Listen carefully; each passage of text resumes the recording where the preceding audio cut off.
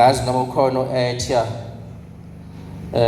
ngizuluthi khona futhi nezinye inhlaka zahulumeni oku NYDA SEDA ngiphinde ngibingelele kwabaka Morero bekhona phakathi kwethu ngibingelele intsha yakithe khona la okabafundi uzoyithola kanjani uhleze khoneni ngiyabonga kakhulu ngibingelele to imedia ekhona ezosicoshela lokho okwenzekayo namhlanje siyabonga kakhulu ke ngisho nakulona office lethu la LED ukuthi lisihlelele lomcimbi omuhle kangaka namhlanje la sizolontsha khona iprogram yethu engasiyona ke yokuqala ngiyakhumbula sisebenzisane kahle nabaka Morero ngonyaka ophelile nabe abantu bebesilekelela kakhulu ngale program ngiyakhumbula last year sikwazile ukuthi sigcine sithatha intsha yakithe 120 abekade ifunda kulona lo hlelo lolu esinalo namhlanje kuleya ntsha ke besikade sinawo ngonyaka ophelile siyazi ukuthi baningi mhlawumbe ngabe beze ngokuzothola le stipend esikhona but abanye babo bakwazile ukuthi basebenzise lo hlelo lolu bagcina sebeyithuthukisa nabo ngikhuluma nje bakhona abanye besikade sinabo abafunda kulona lelo hlelo babesebeza nasemahhovisi ethu bezofuna uxhaso bakwazi ukuthi batshale la bekhona batshale ingadi engango 7 hectares kade sibalekelela ngophampu ukuthi bakwazi ukuthi banisele la betshale khona labo bantu balapha ya eWard 2 manje bakwazi ukuthi umkhiqizo wabo ufakele izitolo ezinkulu ikakhulukazi la eHarding esinjengo Spa kanye no Box abantu abaqhamuka kulona lolu hlelo lolu so baningi ke njengoba ngisho nabanye besilekelana nabo ebebekade befunda khona la abenze into eziningi kakhulu abanye ngikhuluma nje baseyinhlelweni zokuthi baxhaso NYDA khona lapha ya eWard 4 so abanye babantu esilekelana nabo ngithi ke mawukhuluma ngeagriculture emzwabantu usuke ukhuluma ngento esinothe ngayo kakhulu thina la emzwabantu sinothe nje ngeagriculture That's why uzobona nama program esinawo ukuthi ancike kakhulu agriculture. Elinye lethuba kufanele silisebenzise leli. So sisebenzisane kahle ke nabaka Morero kusukela ngonyaka ophelile nokuthe kulonyaka lo ngiyakhumbula nje ngibhala enye yezincwadi ukuthi siyacela ukuthi baphinde bazosilekelela. Sithe qaleni sikhiphile ama learnership lapha ya kwa apply izingane zaziyiningi kakhulu. Ngithi zazilapha ya ko 800 mengaphazama.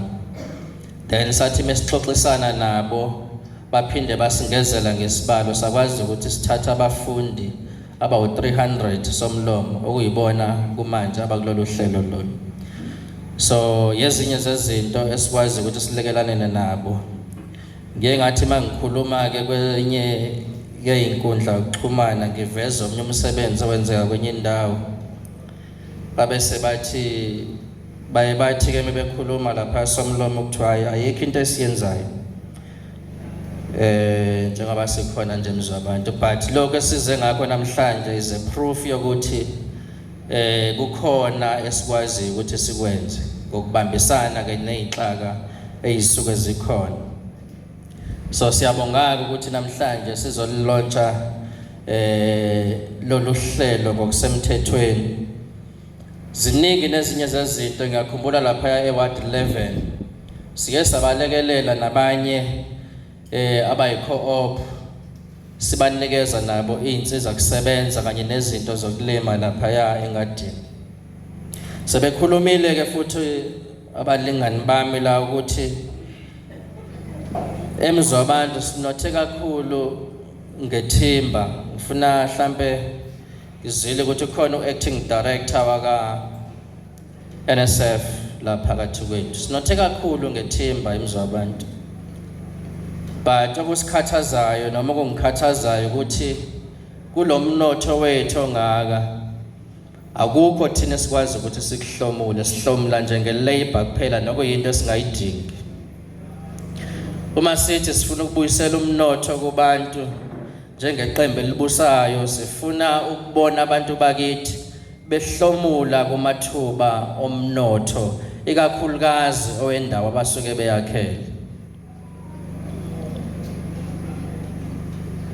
Kunezinto ezinhlanu nje umthetho sisekelo sibiza ngokuthi ama objectives of the local government. Esithathu yayo ikhuluma ngokukhulisa umnotho owendawo. So ezinye zezinto nathi kufanele silekelele ngazo. That is why we have this program nathi sikwazi ukuthi siyisupport njengomkhandlu. So ngithi kulokhu ke uma sikhuluma njengeqembu elibusayo sithi sifuna abantu bakithi bahlomule emnothweni sisuke sesingadlali. And uma size singene emzindla sithi lokho esikubiza la sithi sifuna ukuthatha khona umnotho ubuyele kubantu. Sithi kule thimbe engaka Umuziwabantu asihlomule kuyona kanjani na hayi ngokuthi sihambe sosebenza. We want to see in future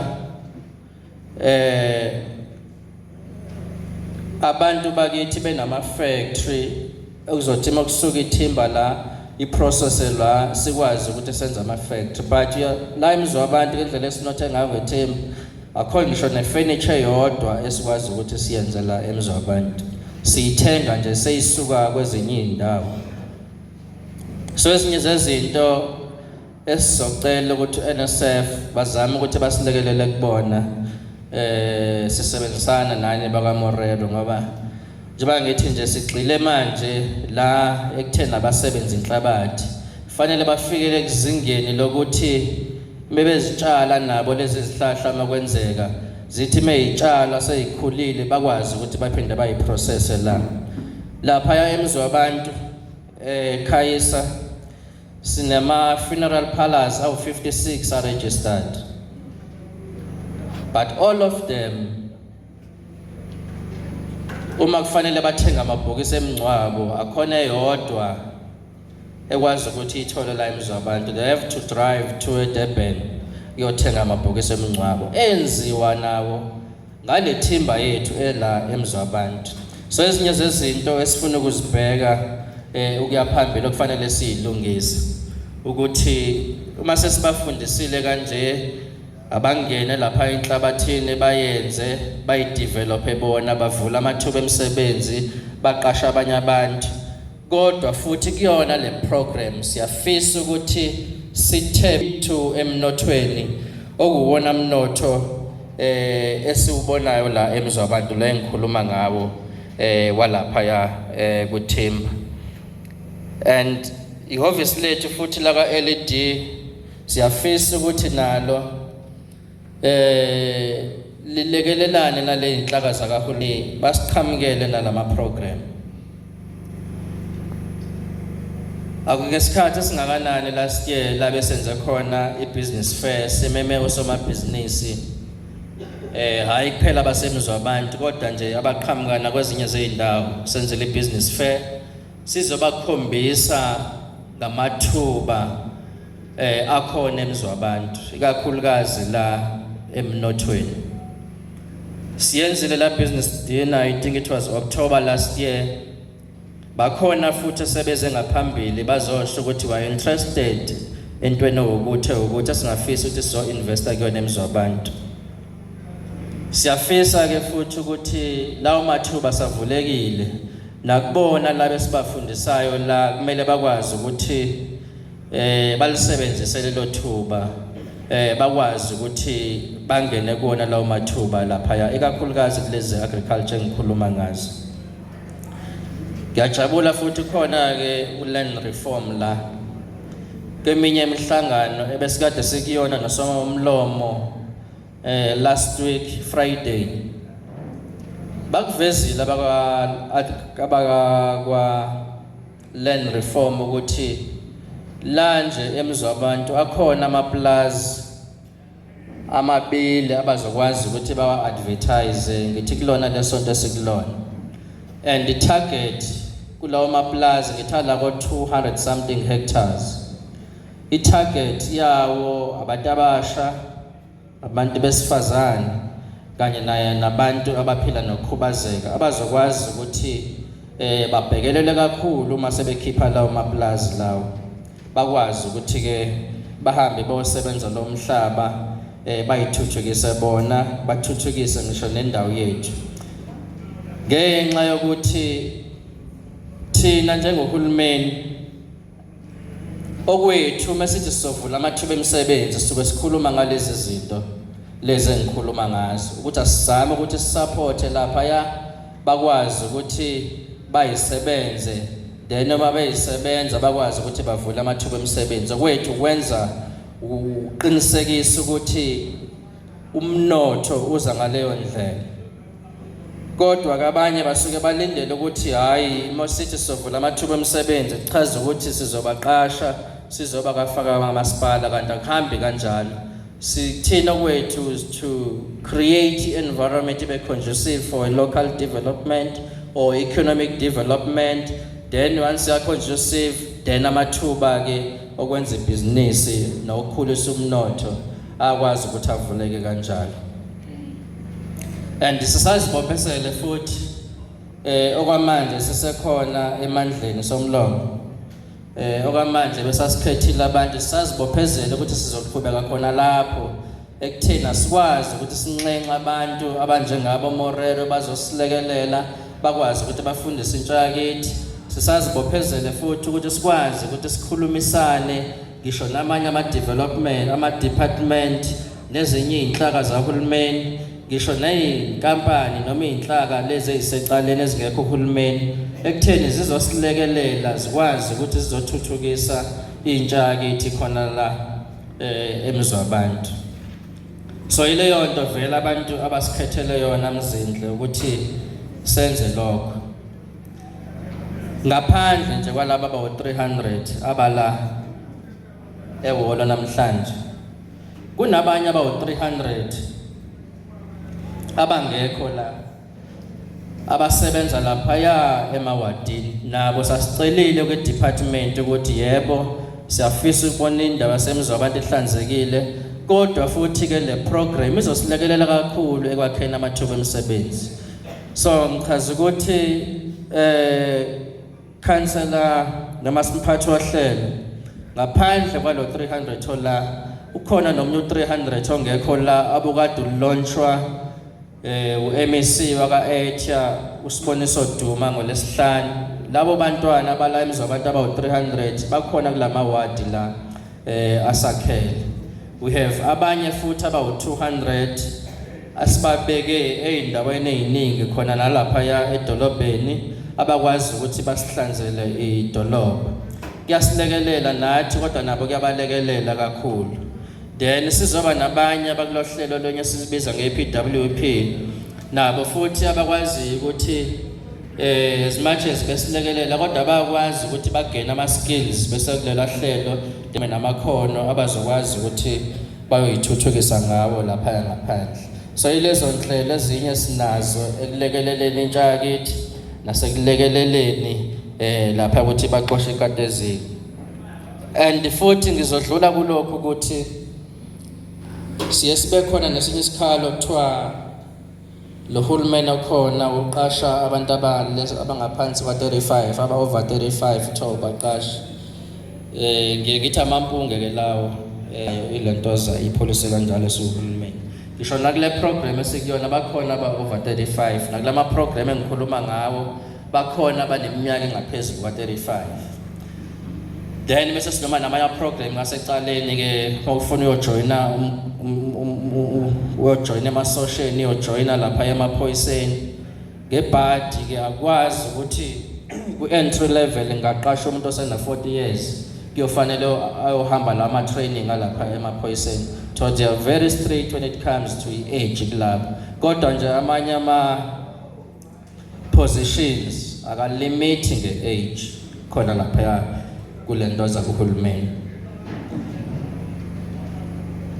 So kule program esiyilontsha namhlanje bengithi angifuna ukudlulisa lawo mazwi ngiphinde nginikhuthaze ukuthi sengathi ngawabheka lamathuba esikhuluma ngawo akhona abanye abakwazile ukuthi bawabambe azokwazi ukuthi anilekelele kakhulu. Ngesikhathi sobandlululo ngiyazi ukuthi enye yezizinto esasikade sicindezelwa ngayo kwakuyile esikhuluma ngawo namhlanje sibaluleke kangaka. Yabo nje ngiyakhumbula ngisafunda isikole lapha ngimncane sasithi mesipanishiwe eklasini kwakuba nezingadi engemva kwesikole lapha uthi mawupanishwa kuthiwe wena uzohamba uyosebenza lapha engadini. Le system babeyakhele ukuthi sigcine sizonda ngalendlela into enenhlabathi. So nathi ngempela kwenziwa njalo sayizonda sagcina sesingasaboni ngempela ukuthi kanti inamathuba anje khona.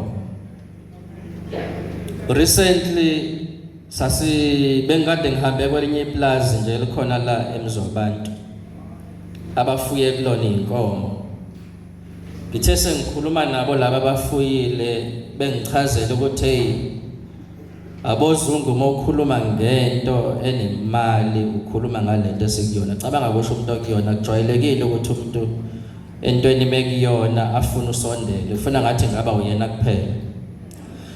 So bengivezela ukuthi lapha ngenkomo nje iyodwa uyakwazi ukwenza profit ka 1000% ngendlela iagriculture nemali ngayo ngapha ekufuyeni kanye nangapha ekusebenzeni enhlabathini. But lezi izinto isikhathini sobandlululo esasikade zenzela ukuthi sigcine singayiboni bagcina besala bodwa bamhlophe la entweni ze-agriculture. Thina nje sayizonda ngalendlela bagcina besala bodwa benza enhle imali bese sihambe sosebenza kubona basinikeza imali encane thina basasisebenza lapha. One of the things engikhuluma nje bengikhuluma no-agriculture kakhulukazi u-land reform engithi ngathi bangasibhekela yona ngoba basazama ukusirobha abamhlophe kulokhu. Yebo umhlaba siyawubuyisa siwuhulumeni sithi awubuyele ebantwini kodwa kunento abayenzayo ukuthi after uhulumeni usel-evaluate iplazi washo ukuthi abo le plazi liwetha mhlawumbe 50 million sizolithenga ngalo 50 million. Into abavele basale bayenze basale balidestroy iplazi masebebona ukuthi selizobuya manje. Then uthi uyafika wena umuntu omnyama uyastrugglisha iplaza lisakhiqizi bese ngathi asiwazi umsebenzi kanti sisuke siwazi cha abelungu bavele balidestroy balifake yonke lezi zinto abalifaka enhlabathini ligcina selingasakhiqizi. So ezinye zezinto uhulumeni sengathi angaba nezindlela zokulimonitha uma seliseyinhlelweni zokuthi libuye ukuze bangalidestroy njengoba belidestroy. Maningi amaplazi uhulumeni asawabuyisela kubantu kodwa nawo angafanishini ngalendlela efana abafanishela ngakhona. Isizathu lesi engikhuluma ngaso number 2 even izinto zokusebenza ezisuke kuzilelo plazi uma sebezophuma nje vele zife kakhulu zingasa maintain bafuna ukuthi thina mesifika kulelo plaza sibuke njengazazihluleki sigcine sesikhuluma le language esikhulunywayo yokuthi hayi noma abantu abamnyama ngabanikeza umhlaba bazi ukuthi bazokwenzani ngawo. Kanti sisuke sinale ncindezi ukuthi basuke balidestroy and futhi bona basuke kwabona belungu befuna ukusiqhatha ngoba lezi zinto zigcina zishow yithi ukuthi hayi vele abantu abamnyama bazilutho ngomhlaba sigcina sesingawusawunaki kanti siyawazi kumhlaba siyakwazi ukusebenza sasivele siusebenza without education lesikuyona sasivele silima sasivele sitshala singalambi singenawo le education. So ke ezinye zezinto i-department sengathi ngakwazi ukuthi isibhekele zona uma sesibuyisa ulentoza njengoba seyinhlelo zokubuyisa umhlaba wethu kubantu. But ngaphambi kokuthi ngiphethe umphathi ohlelo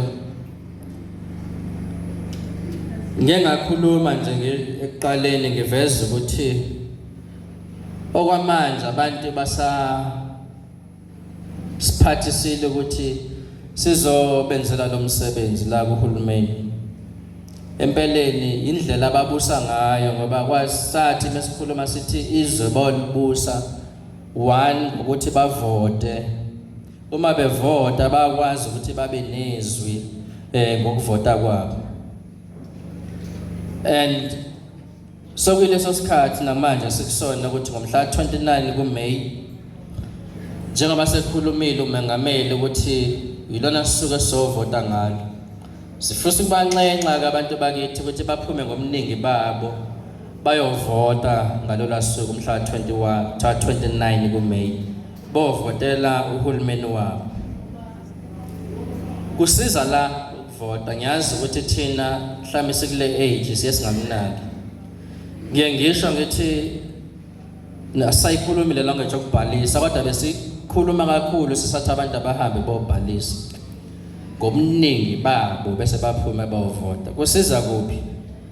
Ngisho nalesabelo mali esisithola esincane siuhulumeni sideterminwa inamba yabantu abavotayo abasuke bekulowo masipala. Imali leso wazi ukuyithola uhulumeni thina ideterminwa inamba yabantu abavotayo abasuke bekhona kulowo masipala. So wena mawuhleze ekhaya ungaphumi uzogcina ucomplaina lapha ya uthi akwenzeke ukuthi kodwa ayikho contribution oyenzayo ngokuthi uhambe uyovota. Sigcine manje sesinabantu abaningi okufanele sibasavise esingabazi. Imali esiyitholayo sithola thina imali yokuthi asisavise abantu abawu20 kanti uma sifika lapha ya akubona abantu abawu20 empeleni sinabantu abawu100 abalapha emakhaya ofasi basavise ngale mali encane. Kwenziwa yini lokho? Ukuthi siyahlala siko vota lapha kufanele siyovota. So siyanxenxa ukuthi niphume ngomningi benu nihambe niyovota ngomhla 29 kuMay futhi ke menivote kahle ngomhla ka 29 kuMay lama program enjengeya namhlanje mhlawumbe namanye sazokwazi ukuthi niphinde niwathole ngaphandle ke menizovota isinxele senu nivotele abantu angebenikeze lama program mhlawumbe abangazi nokwazi ukuthi atholwa kanjani. Sike saba nama by election la eMzwabantu. This is very serious. Sike saba nama by election eMzwabantu Ward 11. Sahamba nathi sawukhankasa nomzindlu babekhona. Sonke sasekhona sokhankasa lapha. La votela ikhansela la votela noma lingaphumi kuthina. But okungixaka nokungikhathaza kakhulu ngo Ward 11 ukuthi bonke abantu bakhona uma befuna into basaya kulowa mayor basaya kulowa shade kodwa banalo ikhansela abalivotele lapha eWard 11. Bakhalaza ke bathi hayi akekho oluvumayo manje ukuthi walivotela kodwa balivotela kodwa hayi mina zange ngize ngilivotele yabo selibaxakile manje ikhansela abalivotela ngoba alazi lutho. Yonke into abayifunayo fanele ihambe yokhonjwa kumeya thohamba yekushebi kanjani likhona ikhansela ofanele libanikeze idingo lapha. So iphutha ke silenzayo mesivote ukuthi sigcina sivotela noma yini engeke isisize ngalutho ngoba nje wena uzonda lo muntu osuke esabekiwe ubuso kanti uzobona yena behind there are many other people abakwazi ukuthi bamsupport bakwazi ukuthi bathole lokho. So even nalama programs are funded by government. This is an initiative ka government ekwazi ukuthi omorero maybe identify opportunity lapha bakwazi ukuthi basondele kuhulumeni bayosho ukuthi hey ngihambe ngafika eMzwabantu isimo sakhona sikanje but okungikhathaza eMzwabantu there are no learners abagxile kulento engibole eMzwabantu bese bahambe bokhala kuhulumeni bakwazi ukuthi basinikeze lama program akhona njengamanje. So wasusa uhulumeni ne program ngebhadi inyamalala kanjalo cha. So it's very important ukuthi masiyovota ngaleya langa sivote kahle ngenxa ukuthi sikule program ngizongasho ukuthi votelana umuntu uvotela iqembu alithandayo nalezo nyongweni nami ngiyovotela lami ANC engilithandayo nelisangithumile ukuthi sikwazi ukuthi sizonilekelela nje basinilekelela nje maningi akhona maningi athagcwalisa stadium khona lelinye beliphumile izolo angazi noba ukhona nina ke behambile izolo ukhona imani abaphakamise laba bebehambile izolo akekho behambile izolo sengisho ukuthi maningi khona thatha ama chance nofuna ukuyongena noma engazi ukuthi uyongena enzeni nongenazi inhlelo kodwa uyafuna kona ukuyongena lapha ya bathi mina bafuna ukuyongena njengoba ngithi nje Ward 11 sabanikeza ithuba Ward 11 kodwa bakhalisa maye manje Ward 11. So it's very important ukuthi siphume sihambe siyovota ngalela langa mhla 29. But one of the things ngiyazi ukuthi thina sisebasha nami ngisemusha ngenhlahla ezinye zezinto asisi experience anga thina but lelungelo lethu esalinikeza lokuyovota alifikanga kalula lafika kunzima. There are people abafa befela ukuthi sesithole lelungelo lokuyovota because umuntu omnyama wayengavumelekile ukuthi akayovota ngomuntu ongamele athathe inqumo. So there are people who died for this freedom esayithola thina nalamalungelo esesinawo sokuthi singahamba siyovota. I always say mina ngithi sigwebela mina ngithi ubaba washona I was 7 months old ngazo lezayikhathi zezimpi la eKZN ezepolitiki like KZN. So I only know lesasimo ukuthi sasinjani through ubaba lapha ekhaya wahamba wayempini naye wagcine ngabuyi around it was 1992 ngaleso sikhathi. I was 7 months old. So this freedom did not come easy njengoba thina sesithatha kancane. Abantu babekulangazelele kangaka in 1994 ukuyovota because they wanted ukuthi kushintshe isimo sepolitiki ngaleso sikhathi. That is why after 1994 ngisho ugesi wawazi ukuthi fanele uhambe eplazini lomlungu lapha yawunqamla la kuthina unqamle khona la chala ugesi fanele uhambe yeweza because the system ngaleso sikhathi noma abantu ababephethe ngaleso sikhathi babebelievele ukuthi abantu abangcono ukuthi bangathola ugesi abantu abamhlophe nenhlahla mothe unemali ngaleso sikhathi. That's why after 1994 izinto zaqala zashintsha. Even the infrastructure noma ingqalasizinda yalogesi yayakhelwe vele ukuthi ayiservice abantu abambalwa. There were only 5% abantu ababekade befakela ugesi ngalesa sikhathi. But now sikhuluma ngokuthi bawu 85% abantu asebenogesi. There were 5% during that time. The mistake that we did ngogesi ukuthi sasuke sathi sifuna ukufakela abantu ugesi. Lokho sikubiza nge-distribution esibona la emakhaya. Sawufaka ngempela ugesi but ingqalasizinda emuva ayiyaphika athi sebebaningi kakhulu abantu kune demand yalapha ya ophehlwa khona. That's why kwaba ne load shedding because wasosindwa and siyaqhubeka siyawufaka kodwa la uphehlwa khona amandla hayi akalingani nalo gesi sithi sesibafakela abantu.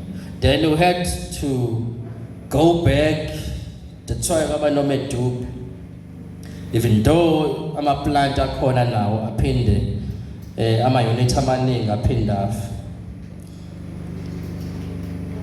So sagijima kakhulu ne distribution sanganyusa kakhulu lapha emandleni ukuthi phela abantu asenibafakela ugesi baningi.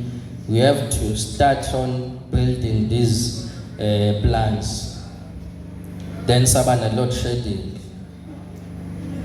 Eskom is spending much on diesel. Kushama transformer kuthiwe ngeke ipolicy ebesiyisebenzisa siyirevisit manje makusho transformer asakijime sokufakela because Eskom is trying to save these costs eseyizithola manje while sisalungisa into yokuthi siqede load shedding kuthatha isikhathi kona.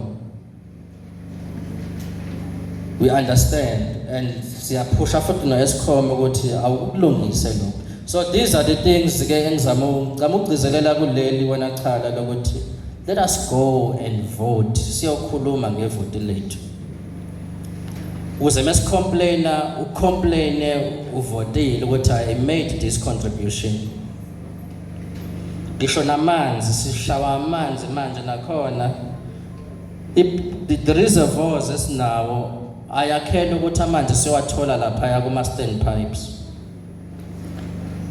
But now abantu ngenxa isimo sempilo esishintshayo nokuthuthuka abantu abaningi amanzi sebezixhumela phi emakhaya.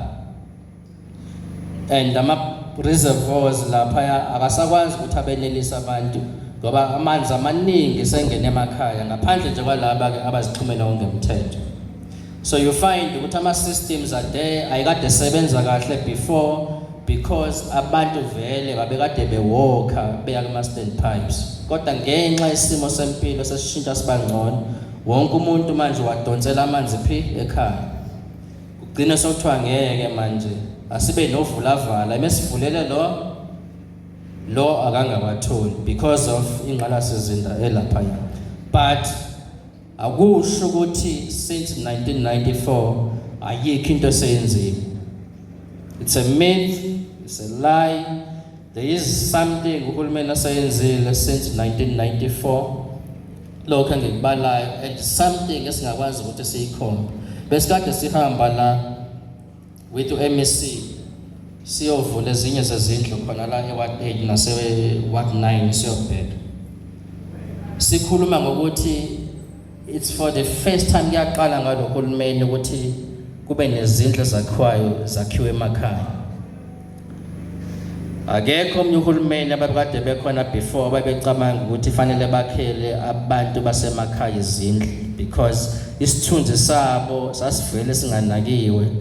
It is this ANC government that started building izindlu emakhaya zibuyisa isithunzi sabantu bakithi. As we speak, hayi ukuthi sizokwakha, but we are already building 2,500 houses between Kwajali and Kwamaqwa, and the plan is to have 7,000 houses built kuyo yonke le mphakathi both Kwamaqwa naKwajali. Kufaka nalezi sesiziaplayele ezu 606. It means we will have 1,000 houses per ward. Those are the things that uhulumeni esezenzile since 1994. Kalawo mazwi ngifuna ukwanda kakhulu thanks to Moredo Academy, NSF and all other stakeholders abakwazi ukuthi baxhase kulolu hlelo. We have really changed impilo zabantu bakithi. Njengoba sikhuluma nje abagcini kuphela ngokuthi bafunde njengoba befunda, but kunabantu abakwazi ukubeka isinkwe ekhaya ngale program le esikuyona njengamanje. Kunabantu abandlayo ekhaya ngale program le esikuyona. So singabuka sengathi thina inani nje labantu abawu-300 lincane, but there is umehluko wenzayo emizini cishe u-300 yalaba bantwana bala. So siyakubonga kakhulu lokho. Siyafisa ukuthi futhi nangesikhathi esizayo niphinde nikwazi ukuthi nisilekelele. Program Director, ngiyabonga kakhulu.